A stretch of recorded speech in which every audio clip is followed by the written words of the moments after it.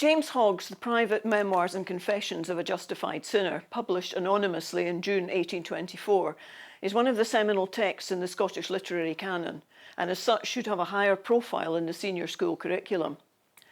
Like its near contemporary Frankenstein, 1818, The Confessions is a novel much talked about but little read. Although it would usually be thought of as a suitable title for an advanced higher dissertation, there is much in the novel to appeal to a higher class as well, where the more challenging aspects of the text can be the focus for group discussion and analysis, and students will be surprised by its freshness and variety of structure, voice and tone. It certainly fits the SQA demand for a text which requires complex and sophisticated literary analysis. Before proceeding to a discussion of the novel itself, it is helpful to place it in its historical context. I'm not aware that Hogg is usually thought of as a romantic writer, but The Confessions fits all the definitions. The period of European Romanticism, encompassing painting, music and literature, could be said to have begun with the French Revolution in 1789, which celebrated the common cause, the euphoria of the crowd, the brotherhood and sisterhood of the people. Eugène Delacroix's dramatic painting, Liberty Leading the People, epitomised this euphoria and common purpose, the power of imagination and possibility over the constraints of reason and the Ancien Régime. Beethoven's Ninth Symphony, the choral, which includes Ode to Joy, was premiered in Vienna in May 1824. Many writers, now characterised as romantic, went to Paris in the aftermath of the Revolution to see for themselves how the power of the people developed. William Wordsworth saw the beginnings firsthand, writing of his experiences later in The Prelude. And Mary Wollstonecraft, writer and advocate of women's rights, and incidentally mother of the Frankenstein author Mary Shelley, wrote a history of the Revolution. Romanticism in literature is characterised by spontaneity, energy, joy, the sublime and an appreciation of the Gothic imagination, in contrast to the artificial refinement or intellectualism of other writers of the time. A preoccupation with the self and personal psychology, the subconscious and exploration of the darker regions of the human mind are a focus. The appreciation of the open air, of nature and the countryside is seen in the day-long treks of the lake poets. Adventurous journeyings into new realms is another aspect, including psychological journeyings, perhaps aided by psychotropic drugs. As will be seen, The Confessions has all of these elements to a greater or lesser extent. In Britain, the other publications in 1823 and 1824 tended towards the historical, with a number focusing on the Covenanters. The world in which Hogg's masterpiece entered was a world of uncertainty, ambivalence and social turmoil, problems which the novel in its multiple narratives, double structure and uneasy presentation mirrors clearly. No one really knows what is going on, neither the editor, who presents the material to the readers in an apparently disinterested way, nor the ostensible writer of the memoir, Robert Ringham, nor, admittedly, the reader, who has to interpret what she is told in the light of her own beliefs, attitudes and prejudices. The rationalistic, enlightened editor cannot believe that what he is presenting can be true, as if it were, it would be out with the bounds of rationality, and may be interpreted as an allegory or the ravings of a madman. The very finding of the memoir itself is the stuff of the Gothic novel, preserved in the opened grave of the writer nearly a century after his death and burial. There have been a variety of interpretations of the novel over the past 2 centuries. Douglas Gifford, in his study on Hogg, sets the rational objective of the editor's narrative against the supernatural subjective of Ringham's account in the struggle to impose a logical explanation, while Thomas Crawford, in his essay in the History of Scottish Literature, catalogues a satire on Calvinism in its antinomian distortion, a profound exploration of moral evil, the most appropriate of all the impersonations of the devil in art and literature, a book in the early 19th century tradition of the Gothic novel, and a doppelganger presentation of an insane obsession as some of the varying interpretations. And it is all these things and more. There is no real contradiction between the demonological and the psychological explanations, as Hogg's deliberate confusion for the reader between an objective devil and subjective apparitions is symptomatic of Ringham's psychological state. The reader is only given the explanation of the editor's narrative in the second part, in the central character's own words. But even this explanation is fraught with contradictions and inexplicable confusion.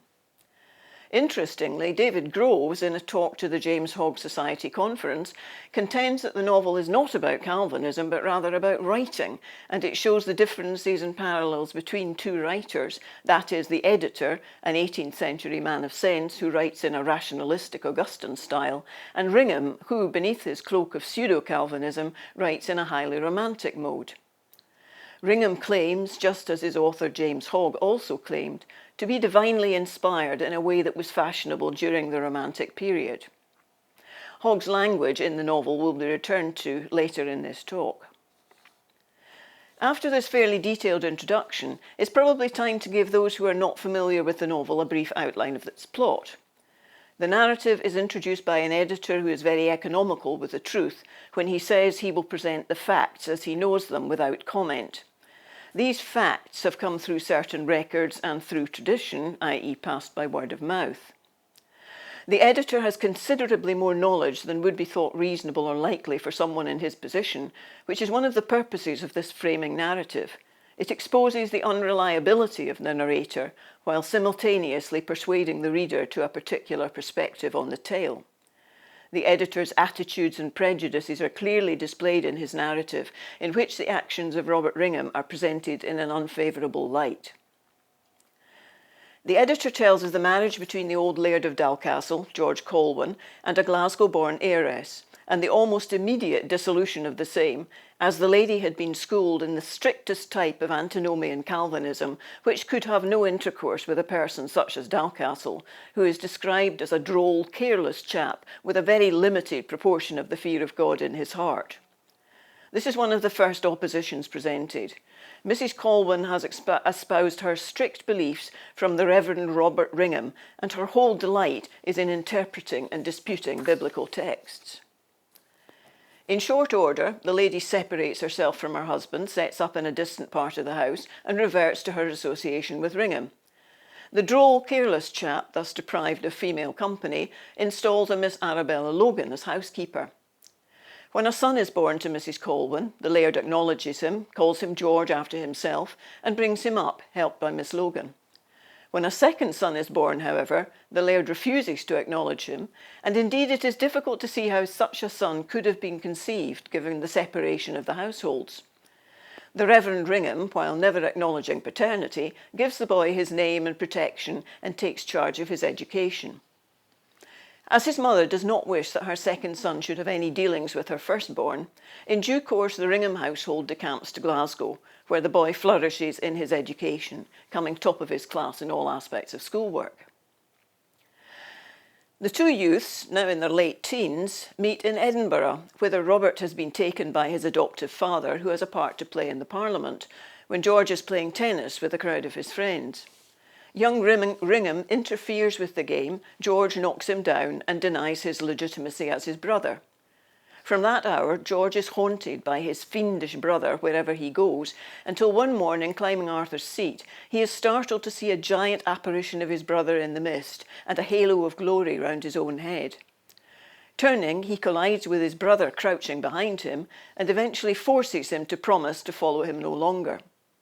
Shortly afterwards, George is found dead, apparently killed in a duel with one of his companions, the Honourable Thomas Drummond.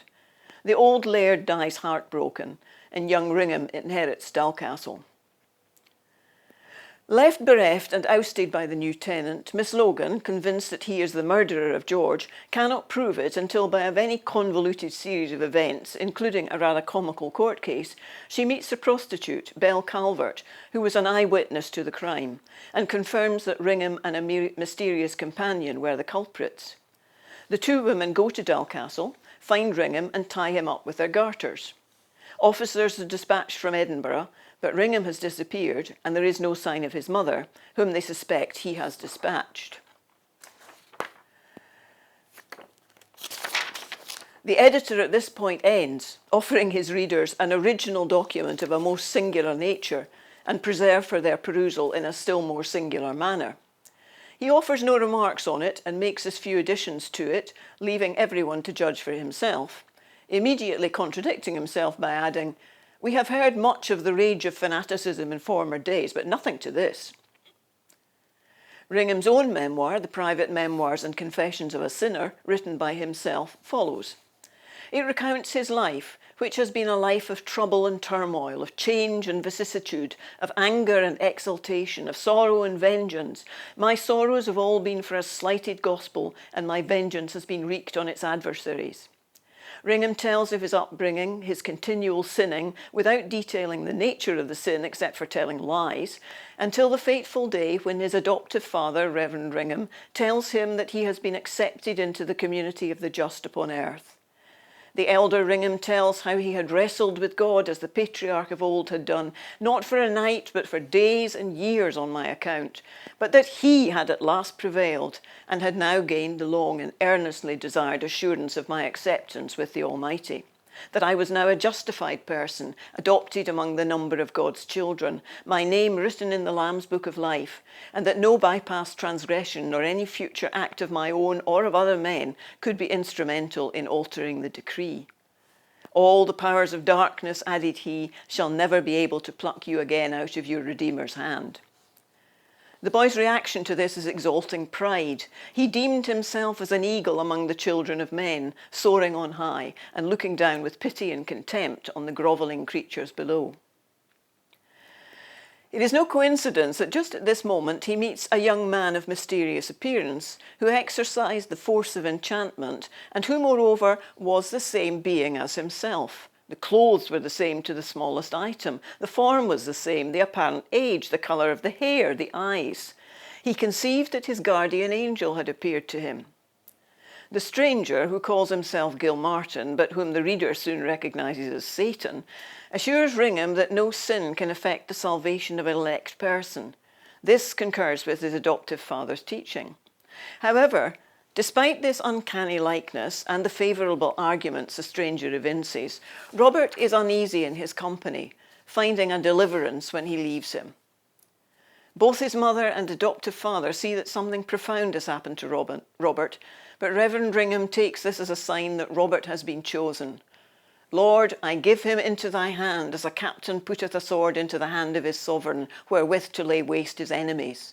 May he be a two-edged weapon in thy hand, and a spear coming out of thy mouth, to destroy and overcome and pass over. And may the enemies of thy church fall down before him, and be as dung to fat the land."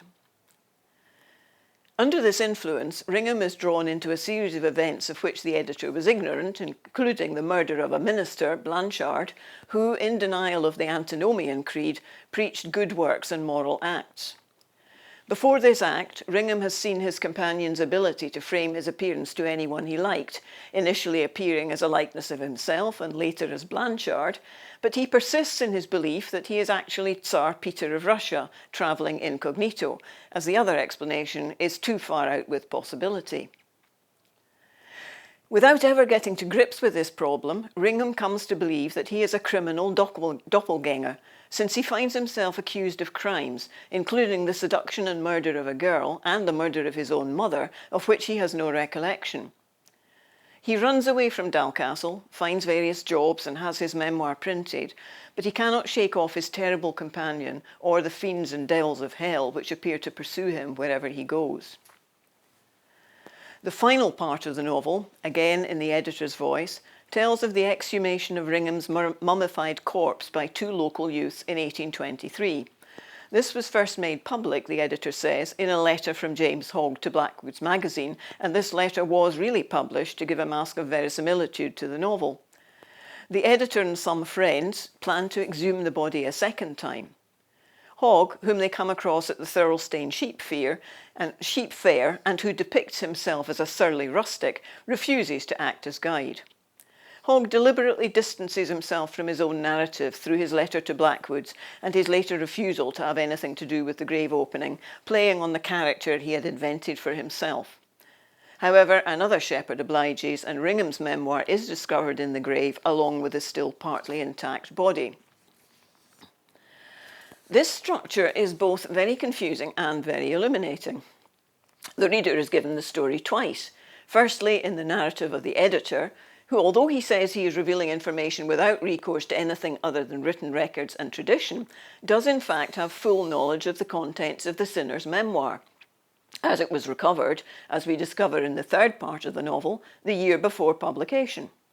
He is therefore being very selective with what he offers, putting his own perspective on the various elements, which is indicated on the first page by his characterisation of the hideous events. In postmodern terms, the editor's narrative is privileged both in being presented to the reader first and by being written in formal, polite English. That he has no sympathy with the Ringham tendency is clear from his attitude to the Laird's marriage, and he appears to agree with the Laird that Robert is in fact the offspring of the Puritan divine, however unlikely that appears. He never mentions any companion of young Robert, and takes at face value the accusations made against him.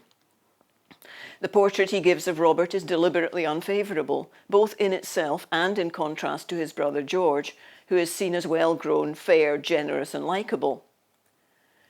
Although there are elements in Robert's narrative that are missing from the editor's, which tends to confirm for the reader that the editor is a disinterested commentator, the major set pieces are given in duplicate, which makes for some interesting points of comparison.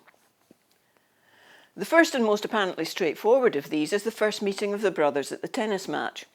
The editor tells that Robert had come upon his brother playing tennis and, learning who it was, stood very close to him, always now and then putting in a cutting remark by way of mockery. Robert insisted on standing so close to George that the latter was impeded in his play and was forced to push Robert out of the way so he could play a shot. The editor comments that, like his guardian, he knew no other pleasure but what consisted in opposition. George, having no idea who is opposing him, took him for some impertinent student of divinity, rather set upon a joke than anything else. He perceived a lad with black clothes and a methodistical face, whose countenance and eye he disliked exceedingly, several times in his way, but that was all the notice he took of him the first time the two met. But the next day, and every succeeding one, the same devilish-looking youth attended him as constantly as his shadow, was always in his way as with intention to impede him, and ever and anon his deep and malignant eyes met those of his elder brother with a glance so fierce that it sometimes startled him. But matters at length came to a crisis that put them beyond sport. George, in flying backward to gain the point at which the ball was going to light, came inadvertently so rudely in contact with this obstreperous interloper that he not only overthrew him, but also got a grievous fall over his legs. And, as he arose, the other made a spurn at him with his foot, which, if it had hit to the aim, would undoubtedly have finished the course of the young Laird of Dalcastle. George, being irritated beyond measure, as may well be conceived, especially at the deadly stroke aimed at him, struck the assailant with his racket, rather slightly, but so that his mouth and nose gushed out blood. And at the same time he said, turning to his cronies, "Does any of you know who the infernal puppy is?" It is only now that George is told who Robert is, the latter disowning the name Colwyn in favour of Ringham, and the former agreeing, "My mother's son you may be, but not a Colwyn. There you are right." The editor's language indicates clearly how he expects the reader to react to Robert. Devilish-looking youth, deep and malignant eye with a glance so fierce, moody and hellish-looking student, obstreperous interloper, infernal puppy. When George, ashamed at the state of his brother, now covered in blood which he has refused to wash off, attempts to shake hands, the froward predestinarian took not his from his breeches pocket, but lifting his foot, he gave his brother's hand a kick. Attempting even to accompany George's party to the Black Bull for dinner by telling lies and offering a bribe, before exciting the mob at the door to acts of violence, Robert is finally uplifted by two officers and carried to the guardhouse. Robert has a rather different perspective on this first meeting. Egged on by Gilmartin, who is by this time a constant companion, he is led to a small square in the suburbs of the city where there were a number of young noblemen and gentlemen playing at a vain, idle and sinful game, at which there was much of the language of the accursed going on. And among these blasphemers he instantly pointed out my brother to me. I was fired with indignation at seeing him in such company and so employed, and placed myself close beside him to watch all his motions and listen to his words and draw inferences from what I saw and heard. In what a sink of sin was he wallowing! I resolved to take him to task, and if he refused to be admonished, to inflict on him some condign punishment. And knowing that my illustrious friend and director was looking on, I resolved to show some spirit. Accordingly, I waited until I heard him profane his Maker's name 3 times, and then, my spiritual indignation being roused above all restraint, I went up and kicked him. Yes, I went boldly up and struck him with my foot, and meant to have given him a more severe blow than it was my fortune to inflict. It had, however, the effect of rousing up his corrupt nature to quarrelling and strife, instead of taking the chastisement of the Lord in humility and meekness.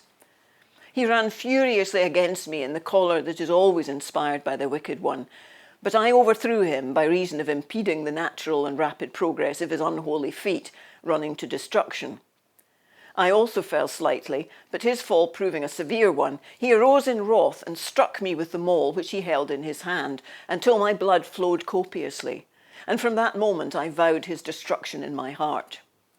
In Robert's account, his imprisonment was on account of the machinations of my wicked brother and his associates.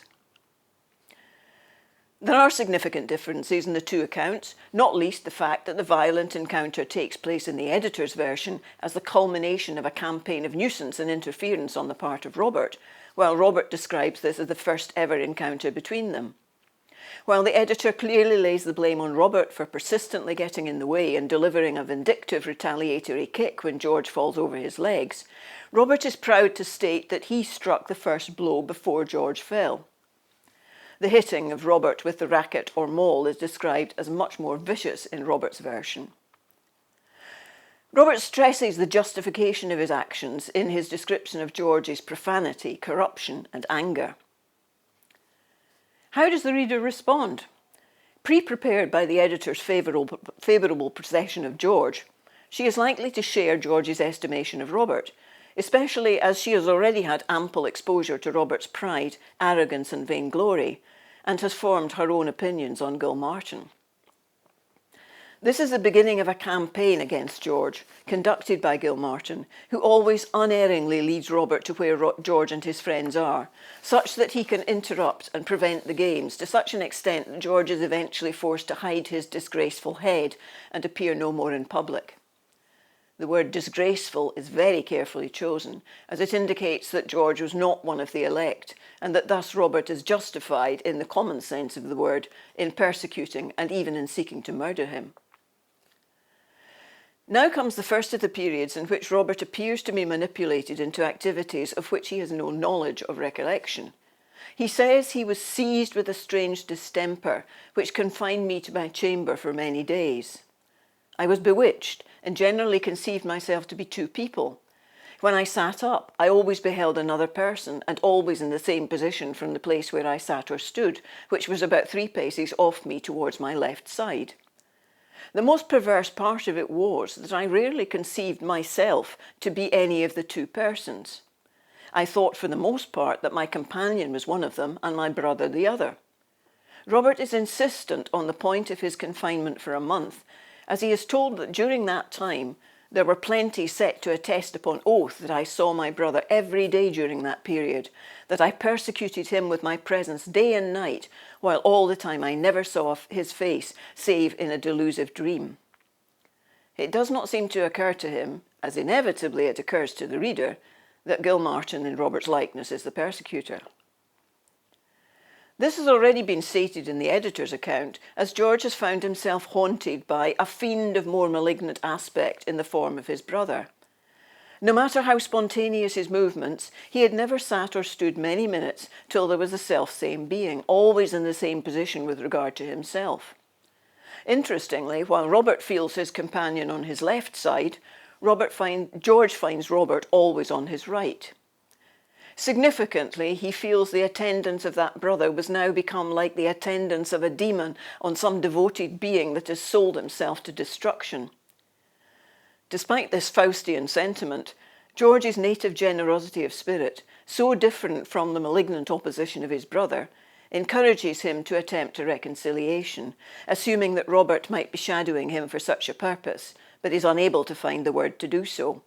and vows that the next time he comes to my hand, I am resolved that I will accost him as one brother ought to address another, whatever it may cost me, and if I am still flouted with disdain, then shall the blame rest with him. This resolution comes just before the nearly fatal encounter on Arthur's Seat, where George experiences a Brockenspectre, which is the hugely magnified form of his brother appearing on the clouds opposite the sun's direction. When he challenges his brother to tell him how he knew that George would be there, and being told that a friend was the informant, George accuses, "Then, wretch, confess that the devil was that friend who told you I was here, and who came here with you. If thou art not a limb of Satan, I never saw one." I did say earlier that language was a significant feature, highlighted by the repeated confrontations of Scots and English-speaking characters. Like Scott, Hogg was a master of the demotic idiolect, exhibited by many of the subsidiary characters, and serving to throw into relief the pretensions of the major characters. In the editor's narrative, there is only one passage in the vernacular concerning the court case involving Belle Calvert. Bessie Logan, a maidservant, answered the questions put to her in so flippant and fearless a way that the auditors were much amused. When asked how her mistress had reacted to being robbed, "What pass, say ye? Oh, there wasna muckle. I was in a great passion, but she was dung doitrified a wee. When she gaed to put the key of the door, up it flew to the fair wa. 'Bess, ye jawed, what's the meaning of this?' quo she. 'You hae left the door open, ye toppy,' quo she. 'The ne'er o' that did I, quo I, or may my shakel bane ne'er turn another key.' There are many more instances in Robert's narrative. The first of these is John Barnett, Ringham's beadle, who has said that he thinks Robert is the minister's own son, and who is now taken to task. 'Did you ever say to anyone that I was the boy Robert's natural father?' 'Oh, hootna, sir, fine, sir. I durstna say that for my life. I doubt the black stool and the sack goon, and maybe the jugs would have been my portion had I said sic a thing as that. Hoot, fie. John, you are a profane old man, and I desire that you will not presume to break your jests on me. Tell me, dare you say or dare you think that I am the natural father of that boy?' 'I hae said mony a time that he resembled you, sir. Nobody can mistake that.' On Ringham's threatening to take the keys of the church from Barnett if he says this again, the old man throws them down at his feet. 'There are the keys of your kirk, sir. I hae never had muckle mense of them since ye entered the door o't. I hae carried them this 33 year, but they have aye been like to burn a hole in my pouch sin ever they were turned for your admittance. Tak them again, and gie them to wha ye will, and muckle good may ye get of them. Auld John may dee a beggar in a hay barn, or at the back of a dyke, but he shall aye be master o' his ain thoughts, and gie them vent or not as he likes.' Such liveliness of utterance is set against the close-mouthed, intolerant attitude seen in the Ringhams, and clearly shows Hogg's humanity and empathy for the ordinary people, another aspect of the romantic sensibility. This has of necessity been a very brief and selective introduction to such a complex text, but I'm preparing a teaching note which will include a wider range of suggestions for class and individual study. I do urge you in the meantime to read or revisit the Confessions to confirm what an excellent text it is.